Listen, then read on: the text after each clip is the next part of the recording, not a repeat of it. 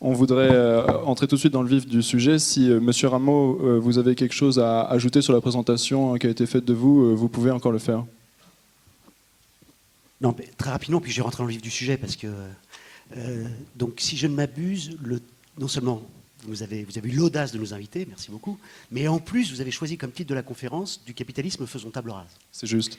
Bon, ça fait beaucoup. Et donc, je me disais comment je vais prendre le sujet, et la façon dont je vais prendre le sujet, donc ça va être y compris une remarque sur la présentation qui a été faite, c'est que, en fait, si on y réfléchit bien, le point de vue que je soutiens, c'est que c'est déjà fait. C'est-à-dire du capitalisme faisons table rase, c'est en partie déjà fait. Et ça veut dire quoi? Le point de vue que je soutiens, une des questions qui était posée dans le correspondant, c'était la place de l'État.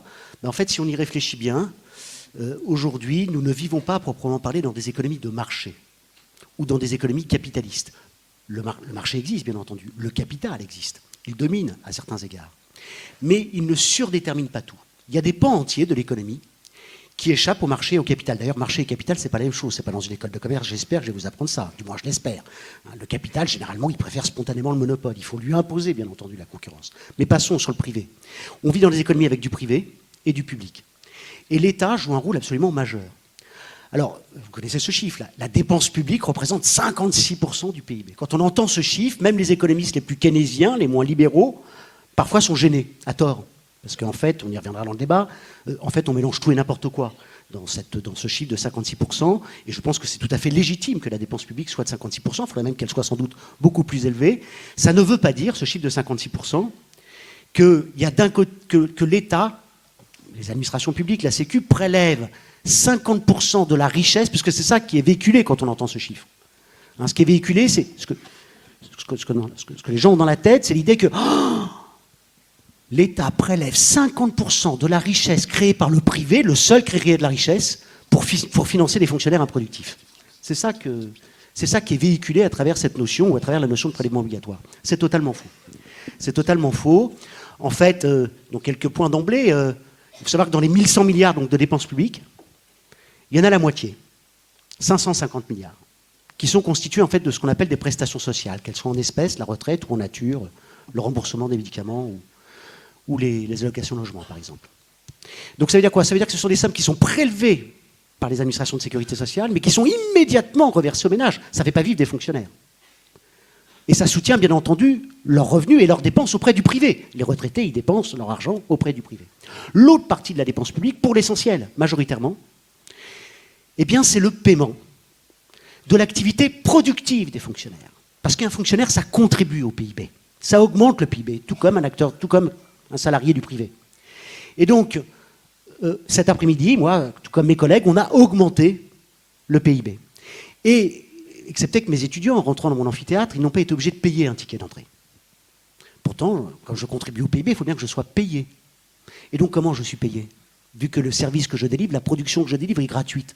On a choisi socialement de la délivrer gratuitement. Eh bien, je suis payé par l'impôt.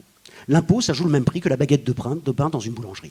Quand vous rentrez dans une boulangerie, vous ne vous adressez pas au boulanger en disant « Ah ah, heureusement que je suis là pour financer ta boulangerie ». Vous payez votre croissant et vous jugez que c'est bien normal. Eh bien, payer des impôts, ça a exactement la même fonction. Et de ce point de vue-là, quand j'entends un ministre des Finances, a fortiori de gauche, supposé tel, dire « il y a un ras-le-bol fiscal », je trouve, là, pour le coup, que le débat tombe à zéro. Tombe à zéro, c'est-à-dire que le rôle, bien entendu, d'un leader politique, c'est de faire comprendre aux citoyens que nous vivons dans des économies mixtes. Et donc, je termine. Nous vivons d'ores et déjà aujourd'hui dans des économies mixtes, avec de l'initiative privée. Et ça a du bon, l'initiative privée. Je le pense, c'est peut-être un objet de débat entre nous. Je pense que l'initiative privée, ça a du bon. Je pense que le marché, ça a du bon. Je pense même que le capital, en partie, ça a du bon. C'est une façon de répondre à la question de la délégation de pouvoir pour produire. Par contre, ce que nous montre l'histoire, c'est que le capital, si on laisse au capital, au marché, le soin de prendre en charge des missions qu'il ne sait pas faire, on ne peut pas tout faire dans la vie. Le privé, il est capable de répondre à des besoins privés. Mais tout ce qui met en jeu la part de l'intérêt général qui n'est pas réductible au jeu des intérêts particuliers, il y a une part de l'intérêt général qui est réductible au jeu des intérêts particuliers. Et ça, le privé sait faire. Mais je termine. Alors, sur Lénine, mademoiselle, sur Lénine, parce que vous avez assimilé mon plaidoyer en faveur de l'État social à Lénine. Surtout pas. Parce que, je termine là-dessus, la raison pour laquelle nous sommes en partie sortis du capitalisme pur et dur, mais nous ne nous en rendons pas compte, il y a deux raisons. Il y a le point de vue des libéraux, les libéraux qui assimilent l'État au grand méchant, au mal, mais il y a aussi le point de vue marxiste. Et moi, je suis marxiste sur le cœur de l'analyse de Marx. Le capital, c'est le salariat, et il y a de la lutte des classes. Je suis d'accord avec ça. Mais par contre, je pense qu'il faut sortir de Marx et de Lénine pour penser cette grande révolution qu'est l'État social, justement, qui a soustrait au privé des sphères entières d'activité et qui, je pense, est tout à fait progressiste et qui nous donne une voie pour sortir de la crise.